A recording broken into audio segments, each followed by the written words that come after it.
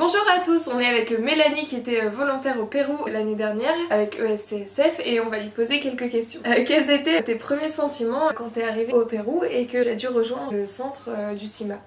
Alors nous on est arrivés au Pérou, c'était un week-end, donc faut savoir que le week-end tous les enfants sont pas présents dans le centre et il y a moins d'enfants. Donc on est arrivé, il y avait déjà Nicolas et Adeline qui étaient venus au Pérou un peu avant nous, qui ont fait l'ensemble de leur stage au Pérou et qui nous ont accueillis, qui nous ont fait visiter le centre. On a tout de suite été présentés aux membres de l'administration, au directeur du centre. Donc on a été très bien accueillis et on a pu, du fait qu'il n'y ait pas beaucoup d'enfants au début, vraiment s'acclimater les premiers jours. Tu nous as dit un peu comment tu as été accueillie. Est-ce que tu peux nous expliquer le fonctionnement du CIMA? Qui est le Padre Luis dont on n'a pas encore parlé? Alors, le Padre Luis, c'est celui qui a créé le centre. Donc en fait, c'est un professeur canadien qui donc était professeur au Canada et s'est rendu un jour au Pérou. Il a été choqué par les enfants des rues de Lima qui étaient laissés à eux-mêmes et il a eu envie d'agir pour ça, de faire quelque chose. Ça l'a profondément bouleversé et donc il a commencé à créer le CIMA. Donc au début, c'était pas du tout ce que c'est aujourd'hui. C'était un appartement dans Lima où il accueillait les enfants seulement la nuit. Puis ensuite, il a réussi à lever des fonds, à avoir des personnes qui le rejoignent dans cette aventure. Et aujourd'hui, c'est devenu un centre dans la banlieue de Lima qui accueille 90 enfants. Ils peuvent vraiment vivre là-bas quotidiennement et pas seulement dormir. C'est surtout des enfants qui sont laissés à eux-mêmes, qui ont une famille qui n'est pas forcément stable, qui s'occupent pas spécialement d'eux ou alors qui n'arrivent pas à faire face aux problématiques auxquelles ils sont confrontés. Donc c'est là que le centre leur vient en aide, en les accueillant, en leur proposant d'apprendre un métier. Donc ça peut être un métier manuel avec toutes les activités, les ateliers qu'ils ont la journée. En les remettant à l'école, scolarisant et vraiment les remettant, si je puis dire, dans le droit chemin avec un planning extrêmement strict, des horaires stricts et une vie beaucoup plus réglée, beaucoup plus saine. Toi, quel a été ton premier contact avec les enfants?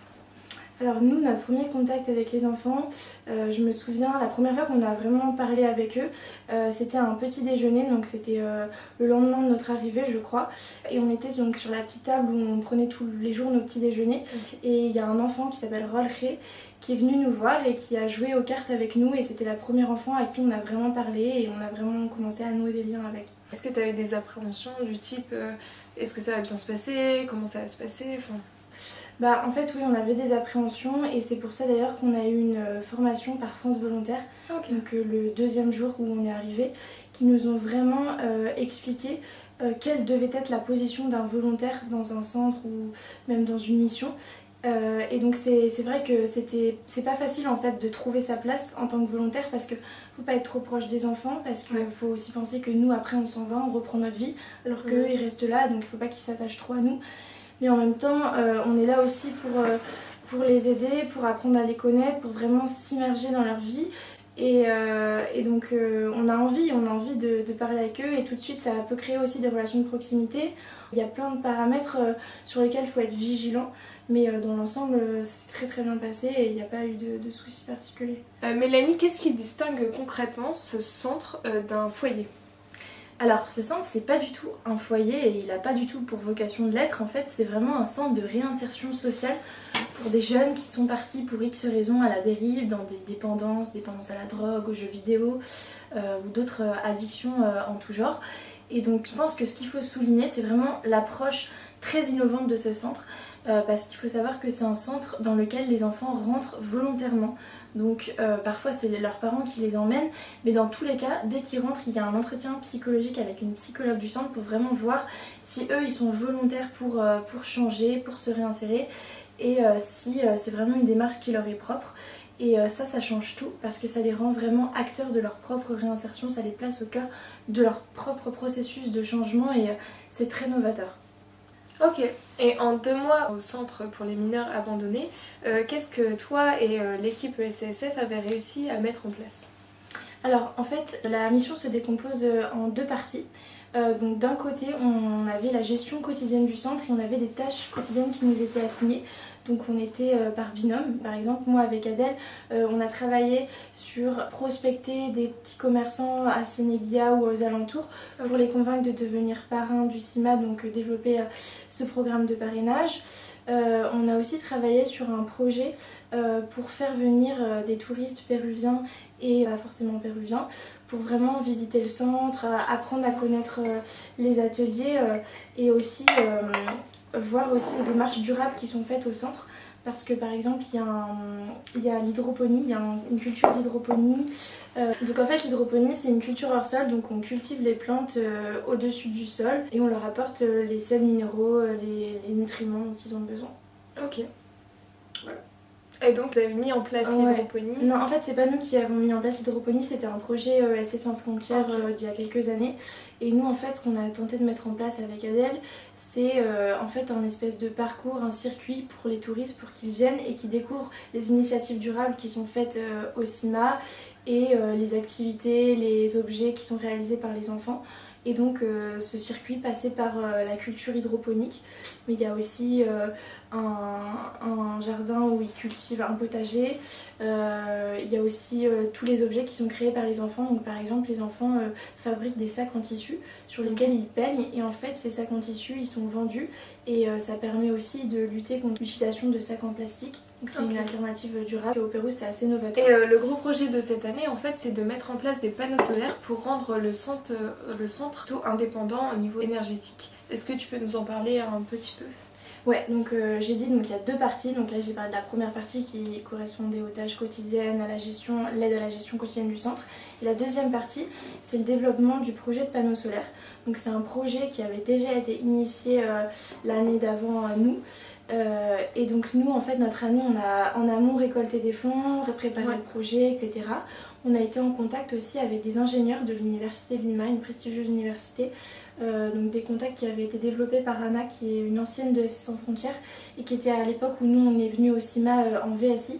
Donc le VSI c'est le volontariat de solidarité internationale et qui a pu développer ce contact et mener à bien ce projet. Et donc nous on est venu apporter des fonds supplémentaires pour que le projet prenne vraiment forme.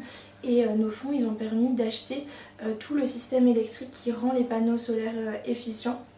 Et aujourd'hui, on est encore dans la continuité de ce projet puisque l'objectif, c'est donc de récolter de nouveaux panneaux solaires puisque aujourd'hui, on en a 12 par une donation d'Engie et on a calculé qu'il en fallait 32 pour être vraiment efficient. Autonome. Ouais, voilà. Est-ce que tu peux nous parler d'une journée type par exemple? Genre tu te lèves, comment ça se passe avec les enfants, tout ça? Ouais, alors en fait, faut savoir que les journées, elles commencent beaucoup plus tôt. Donc à 6h du matin, il y avait la oración. Donc la oración, c'est la messe en fait. C'est 30, la prière. Donc en fait, c'est 30 minutes, souvent menée par Jean-Louis, donc le padré qui a créé le centre, ou par d'autres personnes, des tuteurs ou des personnes comme ça. Donc ça dure 30 minutes et c'est pas vraiment une messe, mais c'est plus en fait une réflexion sur un sujet. Avec la lecture d'un passage de la Bible et réfléchir. Il y a vraiment une volonté de mettre en application par rapport à la vie et c'est pas purement religieux. Donc nous on y allait quelques fois par semaine parce qu'on avait vraiment envie d'être immergés aussi dans leur vie, de comprendre leur quotidien et c'est pas parce qu'on n'était pas forcément tous croyants que c'était pas intéressant pour autant. Donc la journée commençait comme ça. Ensuite on prenait notre petit déjeuner. Et ensuite, on commençait à travailler sur nos tâches quotidiennes, donc toute la matinée. Le déjeuner, il avait lieu assez tard, il avait lieu vers 13h30. Ah oui, ok. Donc on mangeait, en général, on mangeait entre volontaires et les enfants mangeaient dans leur quarto. Et à l'après-midi, on reprenait nos tâches, on avait donc nos missions en binôme. Et puis, en général, la journée après, on allait voir les enfants jouer à la musique. Donc ça c'était 3 fois par semaine. On les écoutait et filmait aussi parce qu'on a fait aussi de la communication autour des activités et des ateliers dans le centre. Okay. Puis après il y avait un petit temps avant le dîner qui avait quand même lieu assez tôt aussi à 18h30. Donc on jouait au foot avec eux, on jouait aux cartes, on s'installait dans les gradins, on discutait, etc. Et puis ensuite après le dîner, donc nous on dînait entre volontaires pareil. Il y avait un petit temps jusqu'à 21h, donc l'heure d'aller se coucher, où pareil on pouvait jouer avec eux, passer du temps, etc. Ok, d'accord. J'ai une amie qui a été au CIMA en tant que scout et la cohabitation avec ces personnes-là, est-ce que ça s'est bien passé? Alors oui, ça s'est très très bien passé. Donc nous, on avait un groupe de 4 scouts qui sont arrivés 2 jours avant nous et qui vivaient dans le même endroit où dorment tous les volontaires. et on s'est très bien entendu avec eux. Donc eux ils avaient un projet au niveau de la ferme plutôt, donc de refaire les enclos, voilà, et on a passé beaucoup de temps avec eux et c'est vrai que c'était aussi des belles rencontres puisqu'ils venaient aussi de Rouen. Il y a vraiment une volonté du centre d'accueillir tous les volontaires qui souhaitent s'impliquer. Et d'ailleurs à la fin quand on est parti ils nous ont dit maintenant voilà c'est votre maison, vous revenez quand vous voulez. Il y a vraiment une approche très familiale dans ce centre. À quel point ton expérience t'a marqué? C'est vraiment le sentiment d'être utile et d'impacter concrètement qui m'a marqué je crois et qui m'a marqué dans le sens où ça m'a donné envie aujourd'hui de faire dans mon activité professionnelle quelque chose où je me sens vraiment utile. Peut-être ce qui m'a marqué aussi c'est toutes ces discussions, ces moments passés avec les jeunes parce que c'est tellement différent de ce qu'on peut voir en France. Ce sont des jeunes qui ont des histoires très difficiles donc on ne connaît pas forcément leur histoire et c'est pas forcément le but d'ailleurs. Ils nous racontent ce qu'ils ont envie de nous raconter et nous on n'est pas là pour poser des questions ou quoi que ce soit. Mais en France, on se dirait que c'est des personnes qui ont fait des mauvaises choses. Finalement, on apprend à les connaître, on comprend aussi l'origine de pourquoi ils en sont venus à là. Et ils sont d'une telle générosité, d'une telle authenticité, d'une telle empathie qu'on se demande finalement la limite entre le bien et le mal. Certes, ils ont fait des mauvaises choses, mais derrière, c'est des personnes tellement bonnes personnes. Ça t'a vraiment marqué, impacté, et j'imagine que le retour en France n'a pas dû être des plus faciles. Ouais, en fait, le retour en France, il était d'autant plus difficile que moi, j'avais ma rentrée 2 jours après mon arrivée à Paris. Okay. Et donc, rentrer en école de commerce, c'est quand même pas le même environnement, on va dire. Donc, ça a été difficile dans ce sens-là parce que je suis passée d'un monde à l'autre, d'un extrême à l'autre.